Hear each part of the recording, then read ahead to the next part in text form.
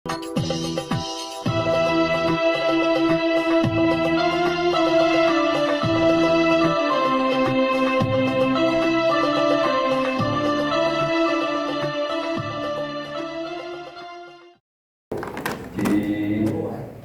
bagian akhir surat ke-26 surat Asy-Syu'ara. Surat Asy-Syu'ara mulai ayat 192. Surat Asy-Syu'ara surat ke-26 mulai ayat 192. Di akhir surat Asy-Syu'ara mulai ayat 192. A'udzu billahi minasy syaithanir rajim. A'udzu billahi minasy syaithanir rajim. Bismillahirrahmanirrahim. Bismillahirrahmanirrahim. Wa innahu latanzilu rabbil alamin. Wa innahu latanzilu rabbil alamin. Nazala bihi ruhul amin. Nazala bihi ruhul amin.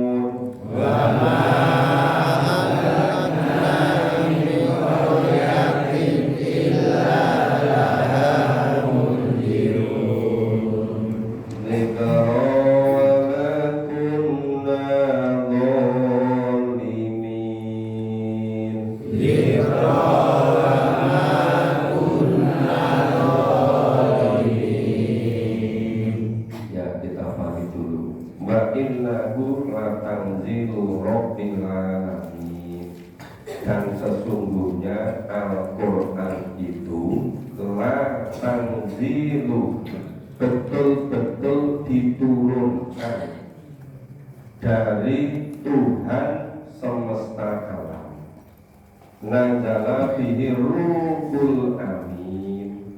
Al-Quran dibawa turun oleh malaikat Jibril.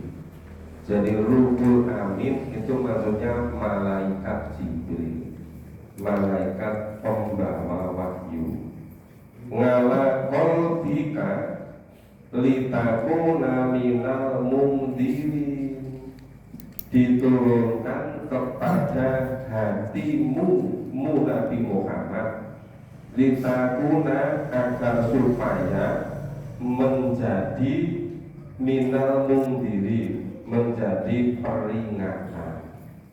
Jadi Al-Quran itu isinya mundirin, ya, memberi peringatan kepada orang-orang dan memberi kabar gembira kepada orang-orang yang beriman dan beramal soleh.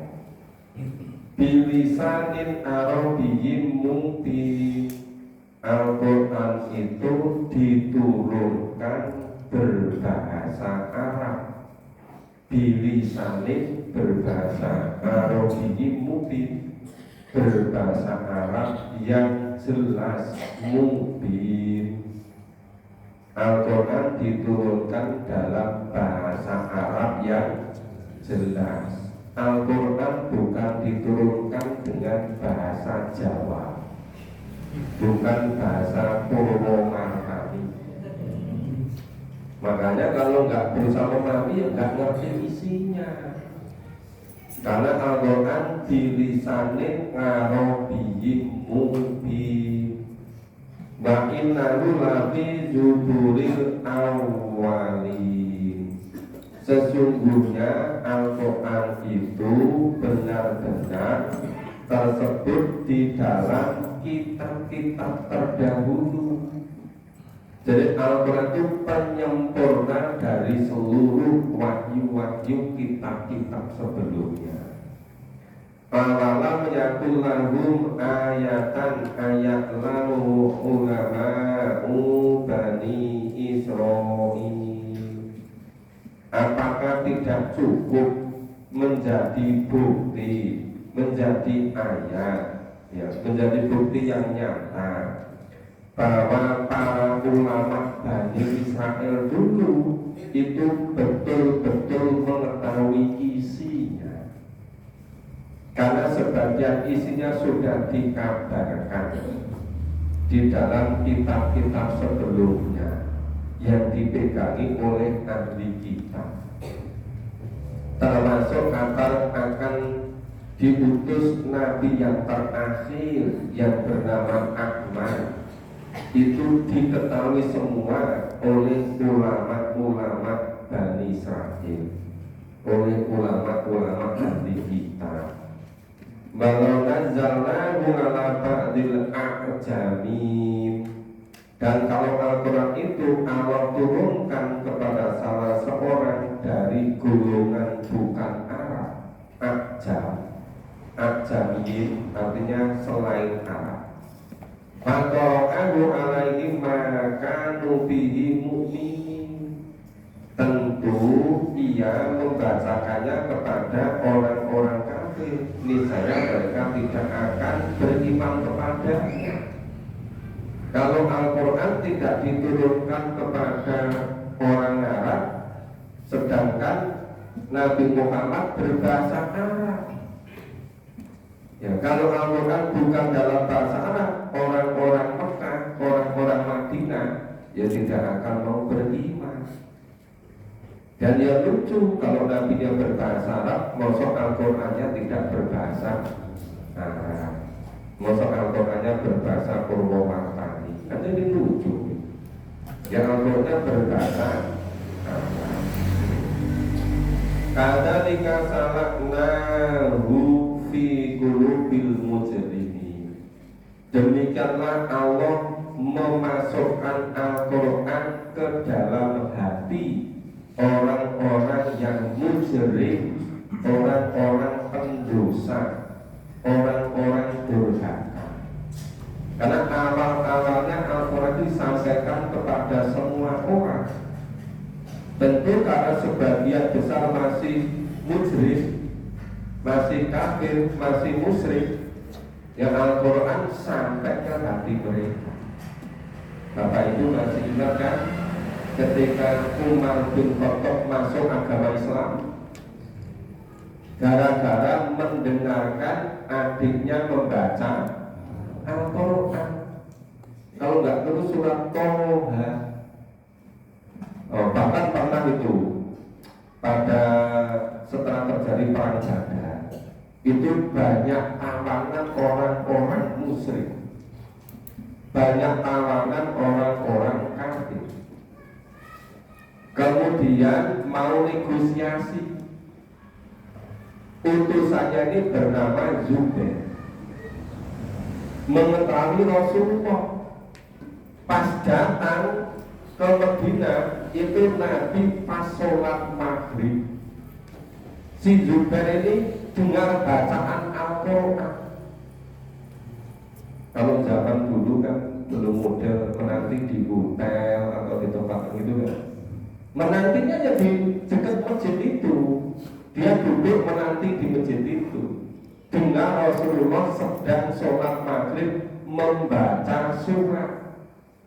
Zubair ini begitu mendengar bacaan Al-Quran itu udah runtuh semua, langsung kelepak-kelepak gitu.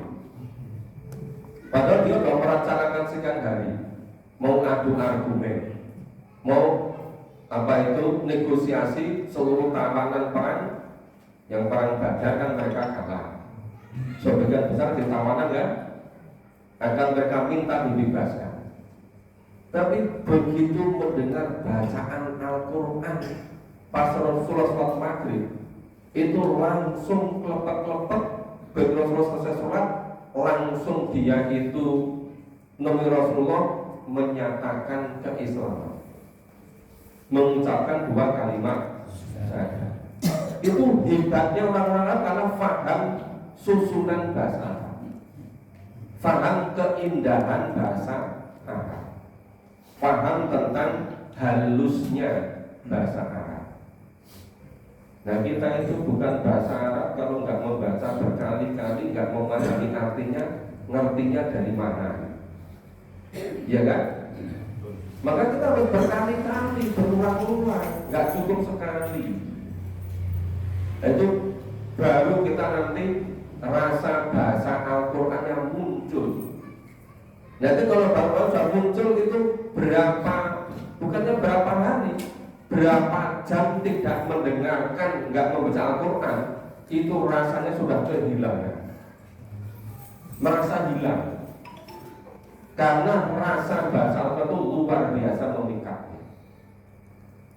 Jadi banyak orang-orang musyrik, orang-orang kafir itu masuk Islam gara-gara mendengarkan bacaan Al-Quran. Nah orang Islam sekarang dengar bacaan Quran kok malah sebel. Ya gedangnya nak mufakat itu. Dengan suara Quran itu udah nggak karuan rasanya. Itu kenapa? Karena namanya kita mendengarkan, kita melihat ditentukan oleh kesiapan psikis jiwa kita, kesiapan nurani kita. Kalau nurani kita itu bersih, nurani kita itu jernih, siap menerima kebaikan, mendengarkan bacaan Al-Quran, ya adanya senang. Siapapun yang membacakan itu, karena yang dibacakan firman Allah. Maka di sini kadzalika salaknahu fi qulubil mujrimin. Demikianlah Allah memasukkan Al-Quran ke hati orang-orang mujrim. Sebagian besar dari mereka kemudian masuk Islam. Akhirnya orang-orang Mekah Madinah berbondong-bondong semua masuk Islam. Itu kan dikisahkan idza jaa nasrullahi wa ra'aitan nasa yadkhuluna fi dinillahi afwaja berbondong-bondong masuk Islam semua. Nah, la yu'minuna bihi hatta yarawul adzabal alim.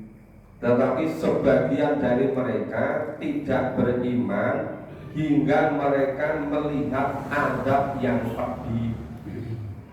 Begitu berapa menit menjelang sakaratul maut diperlihatkan apa yang sudah dilakukan dan apa yang akan dihadapi ke depan, isinya azab, isinya siksa, baru sadar semua. Ingin beriman, ingin bertobat, ingin hidupnya diperpanjang, ingin beriman, ingin beramal soleh. Semuanya sudah tidak ada gunanya. Nanti semua orang yang sekarang itu sedang lupa semua, itu baru sadar semua ketika menjelang sakaratul maut. Apalagi yang orang-orang sudah menyatakan Islam, seperti Fir'aun, seperti Qarun yang mempertuhankan diri sendiri, itu pun ketika menjelang sakaratul maut ingin beriman kepada Tuhannya Musa dan Harun. Jadi kalau sekarang itu orang-orang senangnya masih ke tempat wisata, senangnya masih ke tempat-tempat perbelanjaan, ke tempat-tempat yang menurut mereka menyenangkan, itu hanya sangat sebentar. Begitu menjelang ajal datang, semuanya baru sadar. Tapi sudah tidak ada gunanya kesadaran. Kalau Bapak Ibu sebetulnya ya, kalau menyadari, kalau mau betul-betul menghayati, mau merasakan, sebetulnya Bapak Ibu sudah sadar jauh-jauh hari sebelum ajal datang. Itu karunia yang luar biasa. Itu boleh dibilang lebih kaya daripada memiliki bumi seisinya berupa emas. Karena orang yang sampai ajal masih kufur, itu ingin bebas dari siksa neraka, saya ditebus dengan emas 10 bumi ditambah 1 bumi penuh emas lagi, nggak akan bisa. Coba yang menggerakkan Bapak Ibu tiap pagi datang ke masjid itu siapa? Iya kan? Coba Bapak Ibu ingat setahun yang lalu, ya setahun yang lalu, mungkin 10 bulan yang lalu, apa Bapak Ibu tergerak untuk pagi-pagi datang ke masjid untuk memahami Quran? Tidak kan? Ini semata-mata hidayah dari Allah. Ini kalau dinilai dengan harta, itu mungkin tidak bisa ternilai harganya. Tapi kenapa seringkali kita memiliki kekayaan iman yang tak terhingga, kita kurang bisa menghargai. Kadang-kadang mulai ngopek ini kurang tenangan, ya kan? Maka mari kita mensyukuri bersama-sama. Jangan sampai kena yang 201 ini. La yu'minuna bihi hatta yarawul adzabal alim. Mereka tidak akan beriman kecuali setelah melihat azab. Nah, itu kapan? Ya ketika menjelang sakaratul maut, ketika di alam kubur, ketika dibangkitkan di mahsyar, ketika di neraka besok. Di sini penyesalan terus itu. Bayatiyahum ba'datawahum la yasmuru. Maka datanglah azab kepada mereka secara tiba-tiba, sekonyong-konyong, mendadak, sedang mereka la yasmuru, mereka tidak menyadarinya. Udah gak punya kesempatan. Itu seperti kalau mau datang tsunami, datang gempa, apa sempat nyiap-nyiapkan dulu? Gak sempat kan? Padahal datangnya azab itu jauh lebih cepat dari itu. Nah, makanya menyiapkannya harus jauh-jauh hari sebelumnya. Fayaqulu hal nahnu mundharun. Lalu mereka berkata, apakah mereka itu dapat diberi tanggung? Nahnu mundharun, Apa datangnya ajal bisa ditunda barangkali berapa tahun, kalau nggak bisa berapa bulan atau berapa minggu. Mau ingin beriman, mau memahami Quran, mau beramal baik, minta tangguh. Nah, hal nahnu mungdorun, apa kami boleh ada tenggang waktu? Semuanya sudah tidak akan bisa. Malah Allah jawab, apa bi'ada bina yastakjilu. Loh, apakah mereka minta supaya adabnya disegerakan? Nah terus, apa roheta imma takna sinin. Bagaimana pendapatmu? Sudah diberi kenikmatan di dunia itu bertahun-tahun, ngapain saja itu? Ada udah kasih waktu 50 tahun, 55 tahun, 60 tahun, itu kemana saja? Ya kan? Masa ketika muda rasanya ini masih sibuk belum sama Quran apa? Menyiapkan pekerjaan, sibuk belajar, sibuk kuliah. Begitu sudah lulus perguruan tinggi, sudah kerja, nggak punya waktu Quran, sibuk kerja, mengembangkan profesi karir itu mengumpulkan harta. Begitu sudah pernah tugas, bilangnya apa? Katanya menikmati masa tua. Nggak sempat lagi memahami Quran. Bolak-balik ngalor ngidul ngetan ulon golek konco nggo wisata. Bolak-balik membandingkan ke ini, ke Gembira Loko. Ya, kira-kira lebih handsome mana gitu. Ngapain gitu? Ya kan? Ini apa ya? Istilah di sini itu apa rohaita imma takna sini. Apa kurang lama diberi kenikmatan umur panjang, mobil bagus, mobil beberapa, rumah bagus, nggak digunakan untuk memahami Quran. Kondisi badan masih prima, masih sehat, nggak menggunakan waktunya untuk memahami Quran. Kalau ada temannya, saudaranya, soketnya Quran malah sinis. Katakanlah kok itu orang nggak ngerti cara menikmati hidup di dunia. Masuk masih muda pagi-pagi di masjid. Sinis sekali. Nah, Allah mengingatkan, coba ngapain saja itu? Kasih kenikmatan sampai 60 tahun, 65 tahun. Tumaja'ahum makanu yu'adun. Dan datanglah kepada mereka azab yang sudah dijanjikan pada mereka, sudah diingatkan berkali-kali.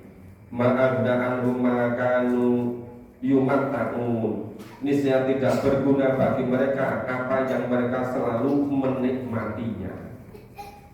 Umur yang panjang nggak digunakan untuk memahami dan mengamalkan Quran. Kesempatan yang leluasa nggak digunakan. Seluruh sarana prasarana nggak digunakan. Kalau punya mobil, kalau untuk pertemuan reuni, untuk resepsi, pakai mobil yang bagus. Kalau perlu dicucikan sebersih-bersihnya. Tapi kalau untuk pengajian, bohiman nggak dipakai mobilnya.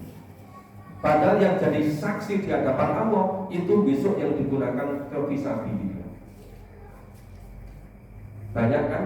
Kalau resepsi perlu mobilnya itu, ya kan? Kalau arisan mobilnya bagus keluar semua. Tapi kalau ke pengajian ke masjid, mobilnya dorakit tokan, terbalik-balik semua kan? Kalau mau pakai yang baru, yang bagus, itu pas resepsi. Nenek ke masjid, pakainya yang baru jarang-jarang dipakai. Nanti begitu mau kurban pakai masjid, pakai bagus, ditanya bapaknya, Bu mau kemana toh? Mau ke masjid toh? Kau masjidnya pakai yang baru, loh. Nah pada seharusnya yang terbaru yang bagus itu masjid kan? Nanti bapaknya mulai berubah begitu. Bapak ini mau kemana? Mau pengajian? Lu kok pakai yang baru? Lu kok nggak boleh toh Bu? Nah, seharusnya saling mengingatkan. Nggak pakai yang bagus itu dipakai, gunakan ke masjid. Menjadi saksi di hadapan Allah besok. Yang fotonya besok di akhirat itu bagus-bagus itu loh. Ya kan pakai mobil bagus, nah jadi saksi ya kalau besok. Pakai pakaian yang bagus, gitu kan? Ya kalau perlu jasa yang bagus ya dipakai gitu loh. Orang merah dia mau tamu agak mau pakai jas. Iya baik. Mama ahlakna min qaryatin illa laha mundirun. Dan Allah tidak membinasakan suatu negeri pun melainkan sudah bagi mereka diberi peringatan. Jadi setiap bencana, setiap siksaan ada di dunia itu Allah sudah memberikan peringatan. Cuma karena memang tidak mau diberi peringatan. Jadi rawamatuna dhalimin untuk menjadi peringatan. Dan Allah sekali-kali tidak akan berlaku zalim. Nah, makanya kalau bisa setelah paham Quran itu mulai berubahlah hidupnya. Mana yang dituntunkan mulai diamalkan, mana yang dilarang mulai dihindarkan. Sehingga nanti sewaktu-waktu Allah timbali kita, insya Allah 100% sudah siap gitu loh, untuk menghadapi hidup yang sebenarnya. Kita lanjutkan. A'udzubillahi minasyaitonir rajim. A'udzubillahi minasyaitonir rajim. Wa ma tanazzalat bihi sayatin. Wa ma tanazzalat bihi sayatin. Wa ma yanbaghi lahum wa ma yastati'un. Wa ma yanbaghi lahum wa ma yastati'un. Innahum 'ani samai lamahzulun. Innahum 'ani samai lamahzulun. Fala tad'u ma'allahi ilahan akhar. Fala tad'u ma'allahi ilahan akhar. Ilahan akhar fatakuna minal mu'adzabin. Ilahan akhar fatakuna minal mu'adzabin. Wa anzir 'ashiratakal aqrabin. Wa anzir 'ashiratakal aqrabin.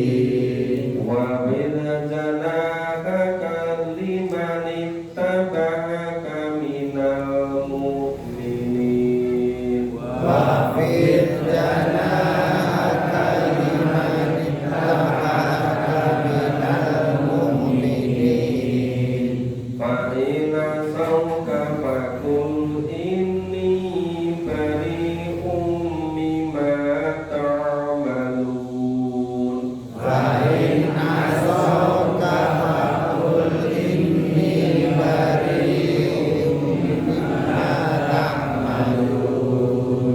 Wa tawakkal 'alal 'azizir rahim. Wa tawakkal 'alal 'azizir rahim. Alladzi yaraka hina taqum. Alladzi yaraka hina taqum. Wa taqallubaka fis sajidin. Wa taqallubaka fis sajidin. Innahu huwas sami'ul 'alim. Innahu huwas sami'ul 'alim. Ya. Wa ma tanazzalat bihi sayatin. Dan Al-Quran itu bukanlah dibawa turun oleh setan. Al-Quran bukan dibawa turun oleh setan-setan. Bahwa yang bagian lagu bahwa yang tabi'un. Tidaklah patut setan-setan itu bawa turun Al-Quran. Dan para kaum tidak akan bisa bahwa yang tasimu setan-setan tidak akan pernah bisa membantu Al-Quran. Innahum anisami lama zulun. Sesungguhnya mereka itu benar-benar dijauhkan dari mendengarkan Al-Quran. Al-Quran tidak bisa nyuri-nyuri pendengaran Al-Quran. Fala tarumau ilahan akhor, maka janganlah kamu menyembah Tuhan selain Allah. Fatakuna minal mu'adzabin, yang menyebabkan kamu termasuk orang-orang yang diazab. Jadi sebabnya kenapa orang-orang diazab, karena memiliki sembahan-sembahan selain Allah, enggak terima. Nek Tuhannya cuma satu, cuma Allah, punya sembahan-sembahan yang lain, maka betul-betul dilarang oleh Allah. Fala ta'umallahi ilahan akhor, janganlah sekali-kali kamu punya sembahan selain Allah. Yang sembahan itu menyebabkan kamu diazab. Wa anzir asiratakal aqrabin, maka berikan peringatan kepada kerabat-kerabatmu yang terdekat, ya, sokitnya, koleganya, kawannya, tetangganya, semua ini perintah oleh Allah. Wa anzir asiratakal aqrabin, maka berikan peringatan kepada kerabat-kerabatmu yang terdekat. Wa bijanaka kalimanit taba'a minal mu'minin, dan rendahkanlah dirimu terhadap orang-orang yang mengikutimu, yaitu orang-orang yang beriman. Jadi ruhamatu bainahu, ya kasih sayang, tolong-menolong di antara sesama orang-orang yang beriman. Fa in ngasauka fakul ini bari mimma ta'malu, jika mereka mendurhakaimu, maka katakanlah kepada mereka, sesungguhnya aku tidak bertanggung jawab terhadap apa yang kamu kerjakan. Punya sokip, kerabat dekat sudah diperingatkan, diajak tapi nggak mau, ya sudah, tanggung jawab mereka masing-masing. Tapi kita selama masih hidup masih punya kewajiban untuk ngajak berbuat baik. Dan sudah diajak berapa kali? Sudah 169 kali, kan belum 200 kali, iya kan? Maka kewajibannya untuk mengajak. Wa tawakal ngalal azizir rohi, dan bertawakal kepada Tuhan yang Maha Perkasa lagi Maha Penyayang. Alladzi yaraka hina taqum, Allah yang Maha mengetahui ketika kamu bangun untuk sholat. Jadi malam-malam jam 2.30, jam 2.04 bangun sholat, itu Allah Maha menyaksikan. Bataqallubaka fi sajidin, dan Allah Maha melihat perubahan pergerakanmu dari satu gerakan sholat ke gerakan sholat yang lain. Gerakan-gerakan ketika sajidin, ketika orang-orang sedang bersujud kepada Allah, itu Allah Maha mengetahui. Inna huwa samiul alim, sesungguhnya Allah Maha mendengar lagi Maha mengetahui. Ya, bagian akhir dari surat As-Sum'arani kita baca. A'udzu billahi minasyaitonir rajim. A'udzu billahi minasyaitonir rajim. Hal unabbi'ukum ala ma tanazzalus sayatin. Hal unabbi'ukum ala man tanazzalus sayatin. Tanazzalu ala kulli affakin athim.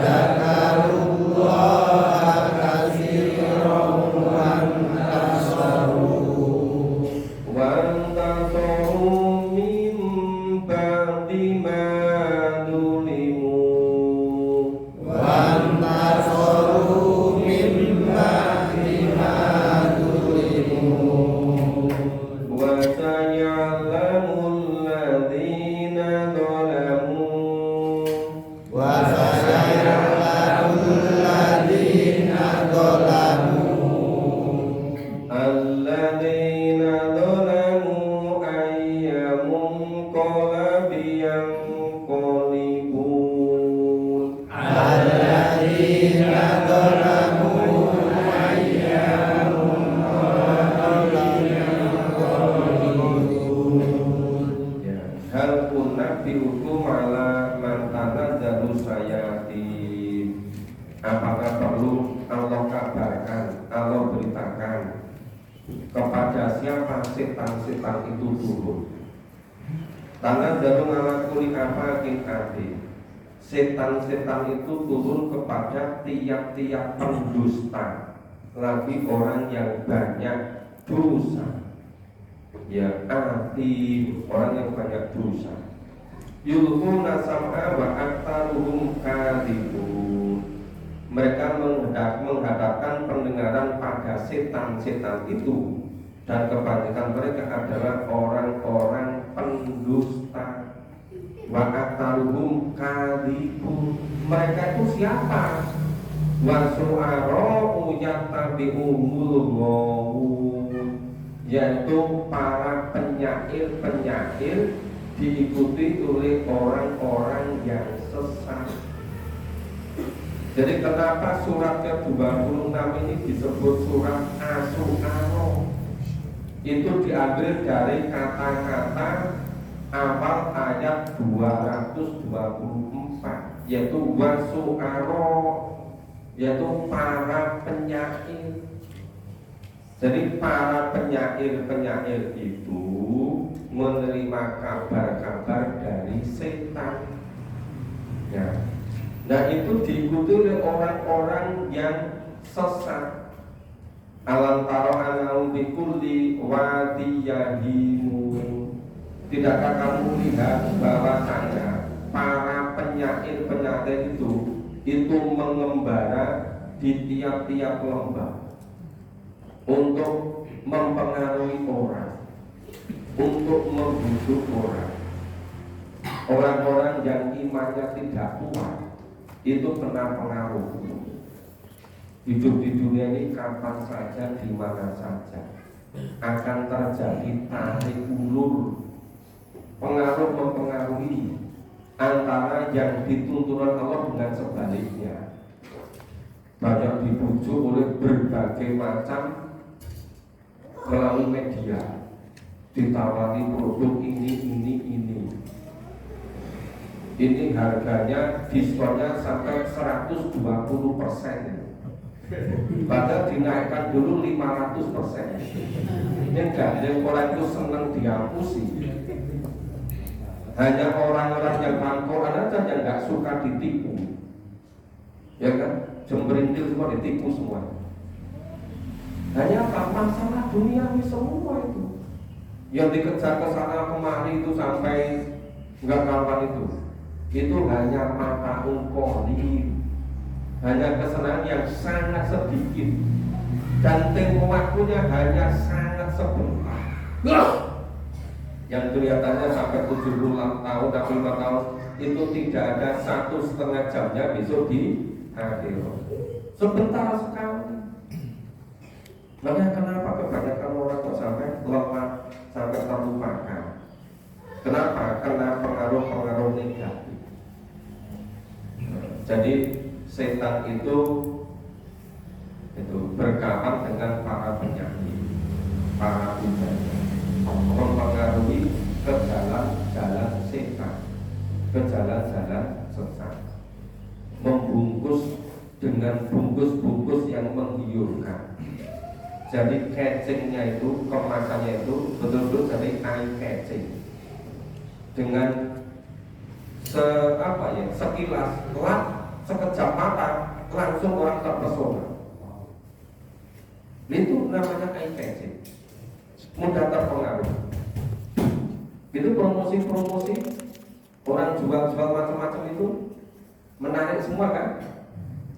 Dan ini karena ini alam tarana bikuli wadiyahimu, mereka itu berkeliaran, bergentayangan di lembah di mana-mana untuk mencari mangsanya.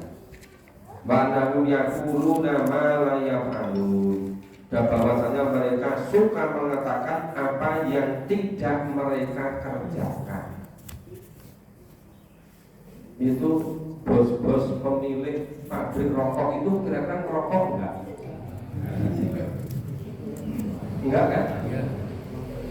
Yang rokok yang tersesat semua kan? Bosnya tidak merokok, pemiliknya itu. Iya kan? Coba itu produsen pabrik pemilik narkoba. Mereka ketagihan narkoba enggak? Enggak. Bukan. Itu hanya khusus untuk orang-orang yang tertipu semua. Iya kan? Jadi hanya khusus untuk orang-orang yang mau disesatkan. Maka memakna luar biasa. Seakan-akan kalau waduh seperti lamunannya seperti di ruang angkasa gitu kan. Cuma lamunannya tapi nggak kenyataan. Tapi terpengaruh semua. Maka jelas kayak 126 itu kan. Innahum yaquluna ma la taf'alun. Mereka itu ngatakan sesuatu yang mereka tidak pernah melakukan. Ya kan? Hanya orang-orang yang tertipu aja yang melakukan itu. Nah, itu semua tadi yang kena bujuk rayu oleh setan. Setan yang sudah masuk ke para penyair yang gentayangan ke sana kemari mencari mangsa, tidak kenal waktu, tidak kenal tempat di mana saja, kapan saja. Membujuk itu yang tidak kebujuk siapa? Illalladzina amanu wa amilus sholihat. Hanya orang-orang yang beriman yang tidak disesatkan oleh mereka. Jadi kuncinya memang beriman. Ya, setelah beriman baru ada amal soleh. Terus barakallahu katsira, banyak zikir, banyak ingat pada Allah. Mantasoru min ba'di ma dzulimu. Dan Allah dan mendapat kemenangan sesudah menderita kezaliman. Maksudnya apa? Sama bertobat. Semuanya zalim. Menggunakan waktu semaunya. Bapak itu sebelum menyadari pentingnya memahami Quran, kalau pagi-pagi gini, setahun yang lalu waktunya gunakan untuk apa? Ya kan? Coba 1,5 tahun yang lalu. Rokok ngopi. Dan ini maksudnya bantasoru mimbadi madulimu, ya, dan mendapat kemenangan sesudah menderita kezaliman. Memang ini sedikit namanya pengecualian, ya kan? Yang sadar ini memang sedikit. Dulu itu sing jenenge hobi, kok sampai manapun diburu. Ini kan jam memahami Quran jinjo tenang. Nah sekarang terbalik kan? Sudah nggak tertarik kan itu hobi itu? Ya, terbalik sekarang. Senangnya membaca, mendengarkan, memahami Quran. Padahal ini belum ada 1,5 tahun berubah itu. Ya mudah-mudahan ini betul-betul bisa terjaga sampai ajal datang. Maka ini betul-betul bantasoru mimba'di madulimu. Fasanya lalu ladina dolamu ayamu kolabul yang kolibun. Dan orang-orang yang dolim itu kelak akan mengetahui ke tempat mana mereka akan kembali. Mana kembalinya? Ke neraka. Hanya 2 tempat kok. Ya gampang saja kan? Cuma orang-orang yang melakukan itu selalu nakut-nakuti. Ya berarti apa? Nggak yakin. Kalau orang yang beriman sama itu masuk surga. Dan nggak yakin kalau orang yang dolim, orang musyrik maka itu masuk neraka. Lalu apakah? Ya orang surga neraka itu kan bukan karena amalnya, gitu kan? Dan terus gunanya apa Al-Quran itu? Iya kan? Nah semuanya dikendor-kendori begitu, semua dipengaruhi begitu. Nah terus gunanya Al-Quran sebagai pedoman hidup, sebagai hidayah, petunjuk, jalan siratal mustaqim. Kenapa Pak Allah mendidik Quran sebagai furqan, sebagai pembeda? Ini jalan ke surga, ini jalan ke neraka. Ini Quran jadi pembeda, jadi furqan, jadi hujan, jadi petunjuk, jadi bayi penjelas. Jadi yang memang sangat jelas bedanya antara jalan ke surga dengan jalan ke neraka.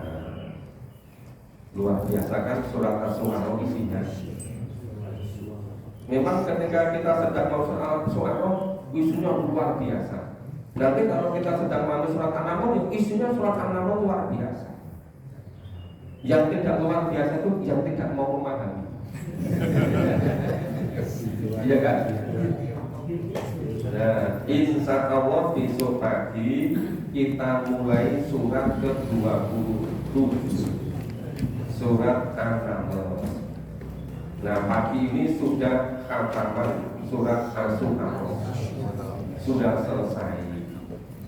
Nah, nanti maghrib jadwal kajiannya di Masjid Baitul Makmur Karang Kalasan. Nanti yang membersamai Ustaz Sumadi. Saya ini harus segera berangkat ke Jawa Timur, ada jadwal di Jawa Timur. Mudah-mudahan nanti Isa sudah bisa bersama di Bukit Kumantul Islam. Jadi kalau nanti Ustaz Sumadi sama Pak Kurnia nanti ngatur yang di Masjid Baitul Makmur di Karang Kalasan. Ya, diurutkan saja para Quran pelan-pelan didampingi dibersamai. Semoga Allah memberikan hidayah. Jadi sekarang sudah mulai, mari kita bagi-bagi kesempatan. Ya, bagi-bagi untuk sama-sama berusaha mencari hidayah Allah, mencari ridho dari Allah. Nah, sehingga nanti maghrib di Masjid Baitul Makmur, sholat Isya di Kuwatul Islam Turusan. Tahu kan tempatnya Turusan? Itu masih di dunia juga. Ya dekat aja dari sini, mungkin ada 1 kilo atau 1,5 gitu. Dekat dari sini. Jangan baru sempatan nanti ketemu di sini. Terima kasih. Semoga Allah senantiasa membimbing kita semua. Semoga kita bisa istiqomah sampai ajal datang. Berarti memulai hidup yang sebenar-benarnya. Ya, kita saling mendoakan. Semoga Allah betul-betul menyelamatkan kita. Amin. Ya, kami mohon pamit mau segera berangkat persiapan ke Jawa Timur. Insya Allah ketemu nanti malam. Terima kasih semuanya. Kita akhiri bersama dengan baca hamdalah dan doa tawasul maghrib. Alhamdulillahirobbilalamin. Subhanallah wa bihamdihi.